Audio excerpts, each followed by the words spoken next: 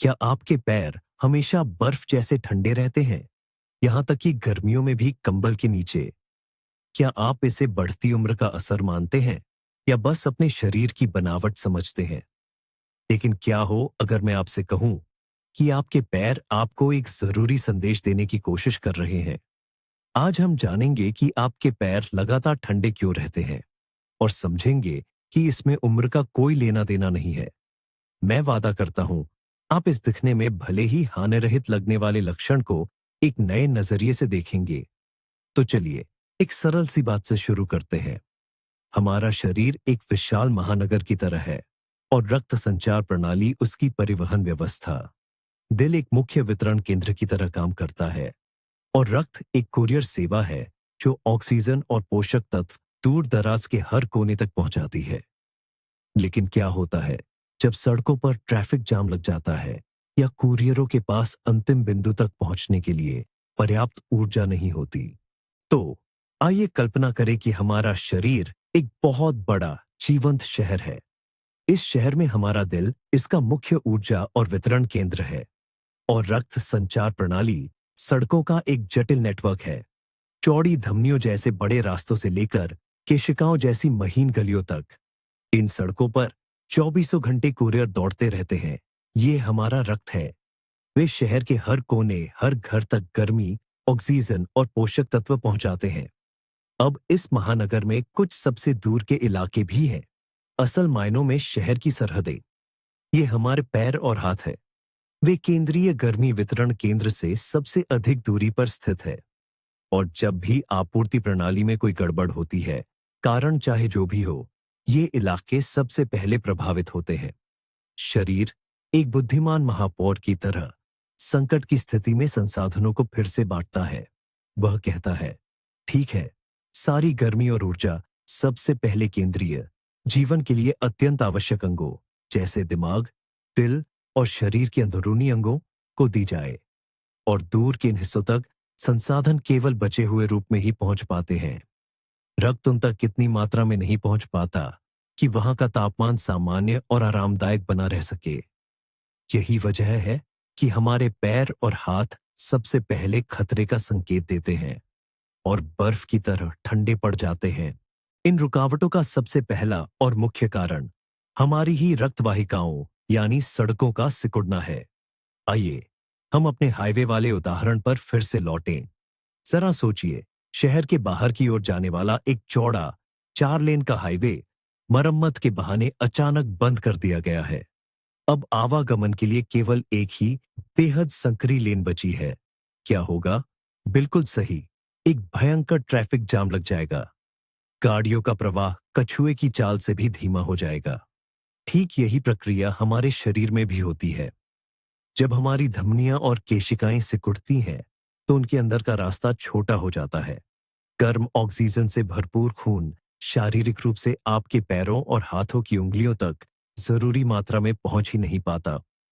हमारे कुरियरों को जगह तंग लगती है, वे आगे नहीं बढ़ पाते। नतीजतन आपके पैरों को अंदर से पर्याप्त गर्मी नहीं मिल पाती। उन्हें ठंड इसलिए नहीं लगती कि कमरे में ठंडक है, बल्कि इसलिए कि उनकी अपनी अंदरूनी गर्मी पैदा करने वाली प्रणाली, हीटिंग सिस्टम में ही गड़बड़ है। इस प्रक्रिया को वैसोकंस्ट्रिक्शन वासोकंस्ट्रिक्शन कहा जाता है और इसे कई अलग अलग कारक शुरू कर सकते हैं। और अक्सर रक्त प्रवाह में आने वाली इस रुकावट या सुस्ती का मुख्य कारण हमारी अपनी जीवन शैली ही होती है। जरा इस पर गौर करें। आप दिन में कितने घंटे बैठकर बिताते हैं?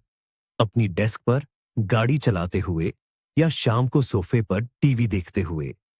इन पलों में हमारे पैर पूरी तरह से निष्क्रिय रहते हैं। पैरों की मांसपेशियां, खासकर पिंडलियों की मांसपेशियां, यूं ही दूसरा दिल नहीं कहलाती। जब हम चलते हैं, दौड़ते हैं या बस सामान्य रूप से हिलते डुलते हैं, तो ये मांसपेशियां सक्रिय रूप से सिकुड़ती हैं। हर संकुचन के साथ वे गहरी नसों को दबाती है, उनमें से खून को ऊपर धकेलती है और गुरुत्वाकर्षण के खिंचाव को पार करते हुए उसे वापस दिल तक पहुंचने में मदद करती है। ये एक शक्तिशाली पंप है जो हमारे मुख्य हृदय का बोझ हल्का करता है। लेकिन जब आप घंटों बैठे रहते हैं, तो यह पंप बस बंद पड़ा रहता है। पैरों के निचले हिस्से में खून जमा होने लगता है और शिराओं से खून का बहाव धीमा पड़ जाता है। और जब यह पुराना या जमा हुआ खून ठीक से निकल नहीं पाता, तो नया गर्म धमनी रक्त भी वहां ठीक से नहीं पहुंच पाता। इससे रक्त संचार में रुकावट आती है और परिणाम स्वरूप वही अप्रिय ठंडक का एहसास होता है। तो अब बात करते हैं हमारी रक्त वाहिकाओं के स्वास्थ्य के सबसे बड़े दुश्मन की। और ये दुश्मन कोई और नहीं बल्कि धूम्रपान है। शायद आपने इस आदत को कभी ठंडे पैरों से नहीं जोड़ा होगा, लेकिन इनके बीच का संबंध बहुत सीधा और अफसोस की बात है कि बेहद विनाशकारी है। सिर्फ एक सिगरेट पीने से शरीर में पहुंचने वाला निकोटीन तुरंत परिधीय रक्त वाहिकाओं में अचानक और तीव्र सिकुड़न पैदा करता है। कल्पना कीजिए जैसे आपके पूरे रक्त संचार मार्ग पर सिकुड़ जाओ का आदेश दौड़ गया हो। धमनियां और केशिकाएं खासकर हाथों और पैरों में सचमुच सिकुड़ जाती हैं। उनका मार्ग अचानक बहुत छोटा हो जाता है। यह प्रभाव सिर्फ एक सिगरेट पीने के बाद भी 1.5 घंटे तक बना रह सकता है। और अगर कोई व्यक्ति लगातार धूम्रपान करता है तो क्या होगा?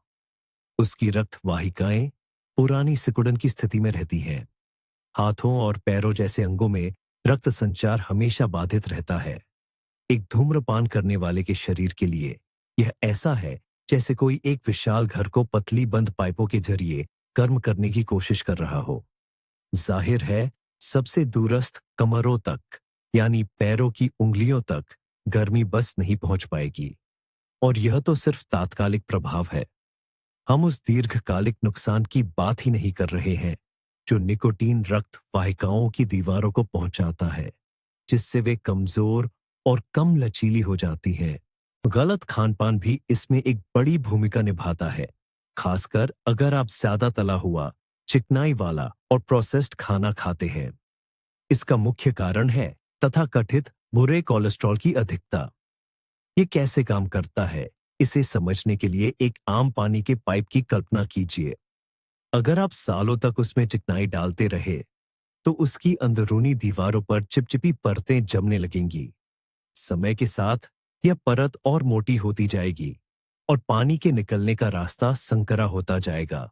हमारी रक्त वाहिकाओं में भी कुछ ऐसा ही होता है। बुरा कोलेस्ट्रॉल एक चिपचिपी गंदगी की तरह उनकी चिकनी अंदरूनी दीवारों पर जमना शुरू कर देता है। समय के साथ ये जमाव, जिन्हें डॉक्टर एथेरोस्क्लेरोटिक प्लाक कहते हैं, बढ़ते जाते हैं और यहां तक कि कठोर भी हो सकते हैं। ये शाब्दिक रूप से रक्त वाहिका के अंदर की जगह को कम कर देते हैं, जिससे रक्त प्रवाह में वास्तविक शारीरिक बाधाएं उत्पन्न होती है। रक्त को इन संकरे रास्तों से मुश्किल से गुजरना पड़ता है और पैरों तक इसका बहुत कम हिस्सा पहुंच पाता है। और इसके साथ ही अनमोल गर्माहट भी। लेकिन क्या हो अगर आप धूम्रपान नहीं करते, नियमित व्यायाम करते हैं और अपने खानपान का भी पूरा ध्यान रखते हैं, फिर भी आपके पैर बर्फ जैसे ठंडे रहते हैं? ऐसे में शायद आपको थोड़ा और गहराई से देखने की जरूरत है, क्योंकि इस लक्षण के पीछे कुछ ज्यादा गंभीर स्वास्थ्य समस्याएं भी छिपी हो सकती हैं। ऐसी ही एक स्थिति को पेरिफेरल आर्टरी डिजीज या संक्षेप में पीएडी पीएडी कहते हैं। असल में यह वही धमनियों में एथेरोस्क्लेरोटिक प्लाक जमने की समस्या है जिसकी हमने पहले बात की थी, लेकिन अब यह एक ज्यादा गंभीर और खतरनाक अवस्था में पहुंच चुकी है। पीएडी पीएडी की स्थिति में वे धमनियां जो पैरों तक रक्त पहुंचाती हैं, इतनी संकरी हो जाती है कि पैरों में रक्त संचार गंभीर रूप से अपर्याप्त हो जाता है। इस मामले में ठंडे पैर केवल एक लक्षण है। इसके साथ साथ चलते समय पिंडलियों में दर्द, जो आराम करने पर ठीक हो जाता है, पैरों में कमजोरी, त्वचा का पीला या नीला पड़ना और यहां तक कि ऐसे घाव या छाले भी हो सकते हैं जो लंबे समय तक ठीक नहीं होते। ये अब सिर्फ मामूली असुविधा नहीं है, ये आपके शरीर की ओर से एक तेज चेतावनी है जो बताती है कि परिवहन प्रणाली यानी रक्त संचार गंभीर संकट में है और इसे तुरंत विशेषज्ञों के हस्तक्षेप की आवश्यकता है। मधुमेह भी एक अन्य आम और बहुत कपटी कारण है। रक्त शर्करा का उच्च स्तर यदि इसे नियंत्रित न किया जाए तो समय के साथ पूरे शरीर के लिए एक धीमे लेकिन बेहद विनाशकारी जहर का काम करता है। और इसके दो मुख्य शिकार होते हैं, नसें और रक्त वाहिकाएं। पहला, शुगर तंत्रिका सिरों को नुकसान पहुंचाती है, खासकर सबसे लंबी नसों को, जो हमारे पैरों तक जाती है। इस प्रक्रिया को डायबिटिक न्यूरोपैथी कहा जाता है। नतीजतन संवेदनशीलता बिगड़ जाती है। पैर सिर्फ ठंडे ही नहीं पड़ सकते, बल्कि सुन्न भी हो सकते हैं, या इसके उलट उनमें जलन भी महसूस हो सकती है। यह ऐसा है जैसे आपके शरीर के तापमान नियंत्रण सिस्टम का थर्मोस्टेट खराब हो गया हो। वह गलत संकेत देने लगता है। दूसरा, हाई ब्लड शुगर खुद रक्त वाहिकाओं पर भी वार करता है। सबसे पहले सबसे छोटी वाली, केशिकाओं पर। ये उनकी दीवारों को नाजुक बना देता है और उनमें रुकावट पैदा करने में मदद करता है। यह एक दोहरा झटका है। सिग्नल भेजने वाली तारें, नसें भी क्षतिग्रस्त हो गई हैं और गर्मी पहुंचाने वाली पाइपिंग, वाहिकाएं भी बंद हो गई है। इसलिए मधुमेह से पीड़ित लोगों के लिए ठंडे पैर एक खासकर चिंताजनक लक्षण है, जिस पर तुरंत ध्यान देने की जरूरत है। रेनॉल्ड रोग या सिंड्रोम नाम की एक दिलचस्प, हालांकि हमेशा खतरनाक न रहने वाली स्थिति भी होती है। यह एक ऐसी दशा है जिसमें छोटी धमनियां, जो मुख्य रूप से हाथों और पैरों की उंगलियों में होती हैं, बाहरी उत्तेजनाओं पर बहुत तेजी से और अनियंत्रित तरीके से प्रतिक्रिया करती है। अक्सर इसका कारण ठंड होती है, जैसे जब आप फ्रीजर से कुछ निकालते हैं या ठंडे मौसम में बाहर जाते हैं। लेकिन तीव्र भावनात्मक तनाव भी इस अवस्था को ट्रिगर कर सकता है। ऐसे में क्या होता है? रक्त वाहिकाएं अचानक और जोर से सिकुड़ जाती हैं, जिससे रक्त प्रवाह पूरी तरह से रुक जाता है। तब एक बहुत ही खास नजारा देखने को मिलता है। उंगलियां पहले एकदम सफेद पड़ जाती हैं, जैसे उनमें से सारा खून निकल गया हो। फिर ऑक्सीजन की कमी के कारण वे नीली या यहां तक कि बैंगनी भी हो सकती है। और जब ऐंठन खत्म होती है और रक्त संचार बहाल होता है, तो उंगलियां लाल हो जाती हैं और उनमें दर्द या जलन होने लगती है। यह रक्त संचार में रुकावट का एक बहुत ही स्पष्ट लक्षण है, जो देखने में भले ही डरावना लगे, लेकिन ज्यादातर मामलों में इसके गंभीर परिणाम नहीं होते। हालांकि इसे नजरअंदाज नहीं करना चाहिए। कभी कभी समस्या रास्तों में नहीं, बल्कि खुद कुरियर में होती है, यानी हमारे रक्त की संरचना में। कल्पना कीजिए कि आपकी डिलीवरी सेवा में अचानक कर्मचारियों की संख्या कम कर दी गई, गाड़ियां आधी हो गई। क्या वे इतनी ही कुशलता से एक विशाल शहर में सभी ऑर्डर वितरित कर पाएंगी? बिल्कुल नहीं। डिलीवरी कम हो जाएगी और दूर दराज के इलाकों में तो शायद कभी पार्सल पहुंचे ही ना। ऐसी ही स्थिति शरीर में एनीमिया, खासकर आयरन की कमी वाले एनीमिया, आयरन डेफिशिएंसी एनीमिया में होती है। इस स्थिति में रक्त में हीमोग्लोबिन का स्तर या लाल रक्त कोशिकाओं, एरिथ्रोसाइट्स की संख्या कम हो जाती है। वही लाल रक्त कोशिकाएं जो ऑक्सीजन के मुख्य वाहक हैं, कुरियर कम हो जाते हैं। इसके परिणाम स्वरूप ऊतक और अंग, जिनमें हमारे पैर भी शामिल है, ऑक्सीजन की कमी महसूस करने लगते हैं। शरीर इसकी भरपाई करने की कोशिश करता है, परिधीय रक्त वाहिकाओं को संकीर्ण करके, ताकि रक्त का सीमित प्रवाह महत्वपूर्ण अंगों तक पहुंच सके। इसके अलावा एनीमिया में अक्सर सामान्य कमजोरी और जल्दी थकान भी महसूस होती है। तो अगर आपके ठंडे पैरों के साथ त्वचा का पीलापन और लगातार थकान भी महसूस हो रही है, तो यह हीमोग्लोबिन के स्तर की जांच करवाने का एक अच्छा कारण है। क्या आपने कभी सोचा है कि हमारे शरीर का अपना एक केंद्रीय थर्मोस्टेट होता है, जो हमारे शरीर के तापमान और चयापचय, मेटाबॉलिज्म की गति को नियंत्रित करता है? इस महत्वपूर्ण भूमिका को हमारी गर्दन में स्थित तितली के आकार की एक छोटी सी ग्रंथि निभाती है, जिसे थायराइड ग्रंथि कहते हैं। ये ऐसे हार्मोन बनाती है जो हमारे पूरे शरीर की कार्यप्रणाली और जीवन की गति को निर्धारित करते हैं। लेकिन जब यह ग्रंथि आलसी होकर पर्याप्त हार्मोन नहीं बनाती है, इस स्थिति को हाइपोथायराइडिज्म कहते हैं। तो हमारा पूरा शरीर जैसे धीमी गति से काम करने वाले ऊर्जा बचत मोड में चला जाता है। चयापचय, मेटाबॉलिज्म धीमा हो जाता है, दिल की धड़कन कम हो सकती है, नींद ज्यादा आती है और उदासीनता, अपाथी महसूस होती है। और जाहिर है, शरीर गर्मी बचाना शुरू कर देता है। यह शरीर के बाहरी हिस्सों का तापमान कम कर देता है ताकि महत्वपूर्ण ऊर्जा को शरीर के अंदरूनी हिस्सों के लिए बचाया जा सके। इसीलिए हाइपोथायराइडिज्म के सबसे सामान्य और शुरुआती लक्षणों में से एक है लगातार ठंड महसूस होना, और खास तौर पर हाथों और पैरों का बर्फ की तरह ठंडा रहना, तब भी जब आपके आसपास के लोगों को गर्मी लग रही हो। एक और संभावित कारण जिसे लोग अक्सर नजरअंदाज कर देते हैं वह है निम्न रक्तचाप या हाइपोटेंशन। आइए हम फिर से अपने पानी की सप्लाई वाले उदाहरण पर लौटते हैं। किसी गगनचुंबी इमारत की ऊपरी मंजिलों तक पानी पहुंचाने के लिए पाइपों में पर्याप्त दबाव होना जरूरी है। अगर दबाव कम है तो पानी 5वीं मंजिल पर लगे नल से बस धीरे धीरे टपकेगा और 100वीं मंजिल पर बने पेंट हाउस तक तो बिल्कुल नहीं पहुंचेगा।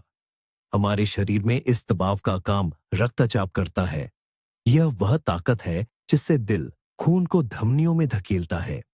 अगर यह दबाव लगातार कम रहता है तो खून के पास इतनी ताकत और गति नहीं होती कि वह शरीर के सबसे दूर के हिस्सों, जैसे हमारे पैर की उंगलियों तक कुशलता से पहुंच सके। दिल काम कर रहा है, खून बह रहा है, लेकिन यह बहाव इतना धीमा होता है कि यह अंगों को पर्याप्त रक्त की आपूर्ति और गर्माहट नहीं दे पाता। निम्न रक्तचाप से पीड़ित लोग अक्सर न केवल ठंडे पैरों की शिकायत करते हैं, बल्कि उन्हें चक्कर आना, कमजोरी और जल्दी थकान भी महसूस होती है। उनका सिस्टम धीमी गति से काम करता है और इसका असर सबसे पहले शरीर के बाहरी हिस्सों, हाथ पैरों पर महसूस होता है। आइए अब सबसे बड़े और आम मिथक को दूर करते हैं। कई लोग सोचते हैं, अब क्या करे, मैं अब 20 का नहीं रहा, ये तो उम्र का ही मामला है, और ठंडे पैरों को बुढ़ापे की एक स्वाभाविक और अनिवार्य प्रक्रिया मान लेते हैं।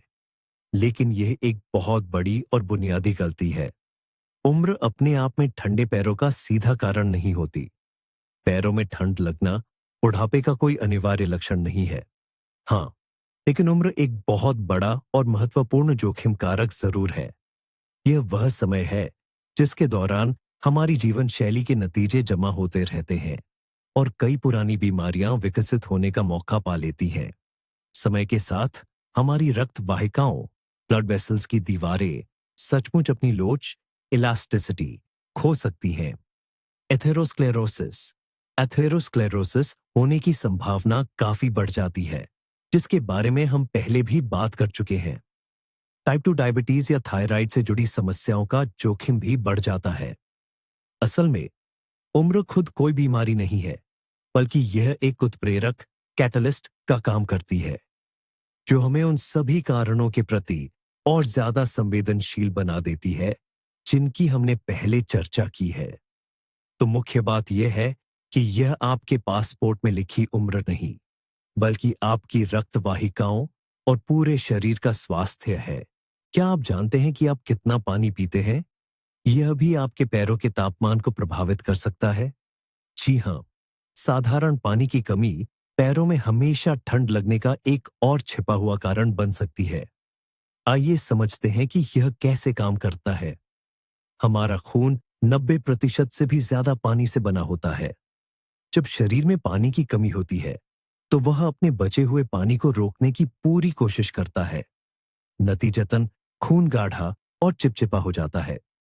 जरा सोचिए, पानी पंप करने के बजाय पंप को गाढ़ा तरल पदार्थ धकेलना पड़ रहा है। जाहिर है उसे कहीं ज्यादा मेहनत करनी पड़ेगी। हमारे दिल को भी इस गाढ़े खून को नसों में पंप करने में बहुत ज्यादा मुश्किल होती है। खासकर इसे हमारे पैरों की सबसे पतली केशिकाओं में आगे बढ़ने में कठिनाई होती है। रक्त प्रवाह धीमा हो जाता है और गर्मी का आदान प्रदान बाधित होता है। इसलिए इससे पहले कि आप मौजों की तीसरी जोड़ी पहने, अपने आप से पूछें, क्या मैंने आज पर्याप्त साफ पानी पिया है?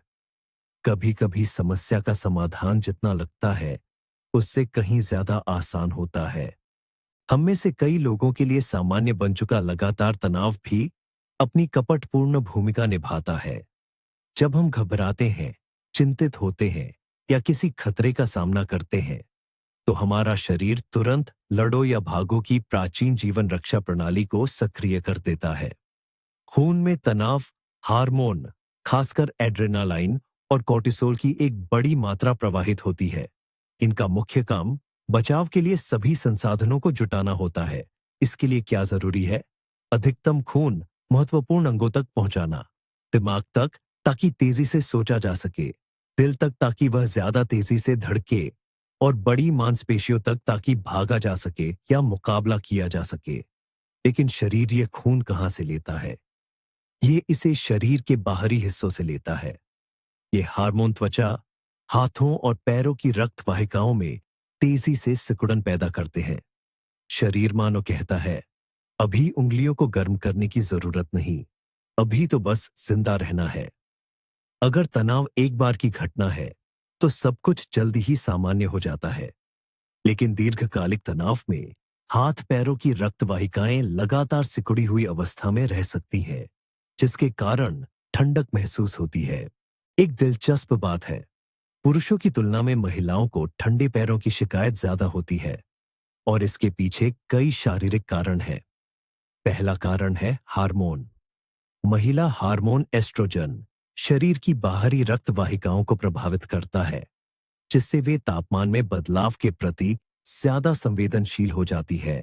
इसलिए तापमान में थोड़ी सी भी गिरावट महिलाओं के हाथों और पैरों की रक्त वाहिकाओं में तेज संकुचन स्पैज्म पैदा कर सकती है। दूसरा, औसतन महिलाओं के शरीर में पुरुषों की तुलना में मांसपेशियों का प्रतिशत कम और वसा फैट का प्रतिशत ज्यादा होता है। मांसपेशियां ही हमारे शरीर की मुख्य भट्टी होती है। ये आराम की स्थिति में भी बड़ी मात्रा में गर्मी पैदा करती है। वसा ऊतक इसके विपरीत गर्मी कम पैदा करते हैं, वे इसे ज्यादा देर तक बनाए रखते हैं। इस तरह महिलाओं में आंतरिक हीटर कम होते हैं। इसके अलावा महिला शरीर विकास के क्रम में प्रजनन अंगों की सुरक्षा के लिए बना है। इसलिए हल्की सी भी ठंड होने पर यह सबसे पहले गर्म खून को श्रोणि पेल्विस क्षेत्र में भेजता है, जिससे हाथ और पैरों को उतनी गर्मी नहीं मिल पाती। कई बार ठंडे पैरों की वजह इतनी सीधी और साफ होती है कि हम उस पर ध्यान ही नहीं देते। बात यहां रक्त नलिकाओं पर पड़ने वाले यांत्रिक दबाव की है। उदाहरण के लिए, आपके पसंदीदा लेकिन बहुत तंग और संकरे जूते, वे दिखने में भले ही खूबसूरत हों, लेकिन पूरे दिन पैरों में रक्त वाहिकाओं को दबाकर सामान्य रक्त संचार को बाधित कर सकते हैं। यह ठीक वैसा ही है जैसे आप किसी बगीचे के पाइप पर पैर रख दें, पानी का बहाव तुरंत कमजोर पड़ जाएगा। यही बात हमारी पसंदीदा पैर पर पैर रखकर बैठने की आदत पर भी लागू होती है। इस मुद्रा में आप घुटने के पीछे की बड़ी रक्त नलिकाओं को दबा देते हैं, जिससे रक्त प्रवाह में एक गंभीर बाधा उत्पन्न होती है। खून पिंडली और पैर तक मुश्किल से पहुंच पाता है और उतनी ही मुश्किल से वापस भी लौटता है। अगर आप घंटों तक ऐसे ही बैठे रहते हैं तो आपके पैर न सिर्फ ठंडे पड़ जाएंगे बल्कि सुन्न भी हो सकते हैं। ये शुद्ध रूप से शारीरिक बाधाएं हैं जो हम अपनी रक्त संचार प्रणाली के लिए खुद ही पैदा करते हैं। कभी कभी बस अपनी चप्पलें या जूते बदलकर आरामदायक पहनना और अपनी बैठने की मुद्रा पर ध्यान देना ही काफी होता है, ताकि आपको काफी राहत महसूस हो। पैरों के तापमान से जुड़ी एक और ऐसी वजह है जिस पर शायद ही किसी का ध्यान जाता है। समस्या आपकी पीठ में, आपकी रीढ़ की हड्डी में हो सकती है। हमारा तंत्रिका तंत्र शरीर का मुख्य नियंत्रण केंद्र है, जो रक्त वाहिकाओं के संकुचन विस्फारण सहित हर चीज को नियंत्रित करता है। रक्त वाहिकाओं को कब फैलना है या कब सिकुड़ना है, इससे जुड़े संकेत रीढ़ की हड्डी से तंत्रिका रेशों नर्व फाइबर के जरिए पहुंचते हैं। अगर आपको रीढ़ की हड्डी के निचले हिस्से कमर में कोई समस्या है, जैसे ऑस्टियोकोंड्रोसिस, हर्निया या सिर्फ किसी नस का दबना, तो ये नियंत्रण संकेत विकृत हो सकते हैं या फिर गंतव्य तक पहुंच ही नहीं पाते। वह नस जो पैरों की रक्त वाहिकाओं को नियंत्रित करती है, दब जाती है और उसका काम बाधित हो जाता है। नतीजतन रक्त वाहिकाएं लगातार ऐंठन की स्थिति में रह सकती है और आदेशों पर ठीक से प्रतिक्रिया नहीं देती। ऐसे में आपके पैर ठंडे रहेंगे आपको झुनझुनी या सुन्नपन महसूस हो सकता है। इसलिए अगर आपके पैर ठंडे रहते हैं और कमर में दर्द भी होता है, तो यह न्यूरोलॉजिस्ट से मिलने का एक गंभीर कारण है। ये समझना बहुत जरूरी है कि मामूली परेशानी और सचमुच खतरनाक लक्षणों के बीच क्या फर्क है। अगर आपके पैर बस ठंडे महसूस होते हैं, लेकिन उनका रंग सामान्य रहता है, संवेदनशीलता बनी रहती है और गर्म करने पर सब कुछ ठीक हो जाता है, तो यह एक बात है। लेकिन कुछ ऐसे गंभीर संकेत हैं जिनकी किसी भी हाल में अनदेखी नहीं करनी चाहिए। अगर ठंडक के एहसास के साथ लगातार सुन्नापन भी हो और आप छूने को ठीक से महसूस न कर पाएं, अगर आपको लगातार झुनझुनी, चींटियां रेंगने जैसा एहसास या जलन महसूस होती रहे, अगर आपके पैरों की त्वचा पीली, नीली या धब्बेदार दिखने लगे, अगर उस पर ऐसे घाव या अल्सर पड़ जाएं जो बहुत लंबे समय तक ठीक न हो, या अगर एक पैर लगातार दूसरे पैर से ज्यादा ठंडा रहता है, ये सभी खराब रक्त संचार, ब्लड सर्कुलेशन के गंभीर लक्षण हैं, जिसके लिए खुद इलाज करने के बजाय तुरंत डॉक्टर से सलाह लेना जरूरी है। ऐसे लक्षणों को नजरअंदाज करना बहुत गंभीर परिणामों को जन्म दे सकता है। और आखिर में, आपके केशिकाओं में रक्त संचार की स्थिति जानने के लिए एक आसान घरेलू परीक्षण है। इसे कैपिलरी रिफिल टेस्ट या सफेद धब्बे का संकेत कहा जाता है। आप इसे अभी तुरंत कर सकते हैं। आरामदायक स्थिति में बैठें और एक पैर ऊपर उठाएं। अब अपने पैर के अंगूठे के नाखून पर कुछ सेकंड के लिए मजबूती से दबाव डालें। आप देखेंगे कि दबाव के कारण नाखून का वह हिस्सा सफेद पड़ गया है। अब दबाव छोड़ दें और समय देखते हुए ध्यान से देखें। सामान्य तौर पर रक्त को तुरंत वापस आना चाहिए और नाखून को 2 से 3 सेकंड से भी कम समय में गुलाबी हो जाना चाहिए। अगर सफेद धब्बा 3, 4, 5 सेकंड या उससे अधिक समय तक बना रहता है, तो यह इस बात का संकेत हो सकता है कि सबसे छोटी रक्त वाहिकाओं में माइक्रो सर्कुलेशन यानी सूक्ष्म रक्त संचार बाधित है। इसका मतलब है कि रक्त केशिकाओं में बहुत धीमी गति से वापस आ रहा है। यकीनन यह कोई 100% निदान नहीं है, लेकिन यह आपके स्वास्थ्य पर अधिक ध्यान देने और संभवतः इस परिणाम पर अपने डॉक्टर से चर्चा करने का एक अच्छा और ठोस कारण है। तो इसका मतलब क्या हुआ? ठंडे पैर सिर्फ आपके शरीर की एक मामूली परेशानी या खासियत नहीं है। ज्यादातर मामलों में ये एक संकेतक है, ठीक वैसे ही जैसे आपकी गाड़ी के डैशबोर्ड पर इंजन चेक लाइट चलती है। इस संकेत को नजरअंदाज करने से आप कई गंभीर बीमारियों की शुरुआत को मिस कर सकते हैं, जैसे कि एथेरोस्क्लेरोसिस, डायबिटीज या दिल से जुड़ी दिक्कतें। ये सिर्फ पैरों में होने वाली असुविधा से कहीं बढ़कर है। ये आपके पूरे स्वास्थ्य से जुड़ा मसला है। यहाँ सबसे दिलचस्प बात यह है कि आपके ये हमेशा ठंडे रहने वाले पैर एक शुरुआती और आसान संकेत हो सकते हैं, जो आपको बताते हैं कि अब अपनी जीवन शैली पर ध्यान देने और शायद डॉक्टर से सलाह लेने का वक्त आ गया है।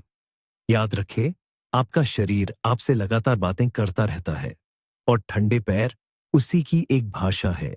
इस संकेत को नजरअंदाज न करें। अपनी आदतों को देखें, दूसरे लक्षणों पर भी गौर करें और अपने शरीर की परिवहन प्रणाली का ध्यान रखें। धन्यवाद कि आपने ये वीडियो आखिर तक देखा। अगर ये वीडियो आपके लिए उपयोगी था और इसने आपको सोचने पर मजबूर किया, तो कृपया लाइक करें और चैनल को सब्सक्राइब करें ताकि आप हमारे नए वीडियोस मिस ना करें। और अब आपके लिए एक सवाल, आप आम तौर पर अपने पैरों को कैसे गर्म करते हैं? अपने आजमाए हुए तरीके और लाइफ हैक कमेंट्स में जरूर बताएं ताकि हम सब एक दूसरे की मदद कर सकें।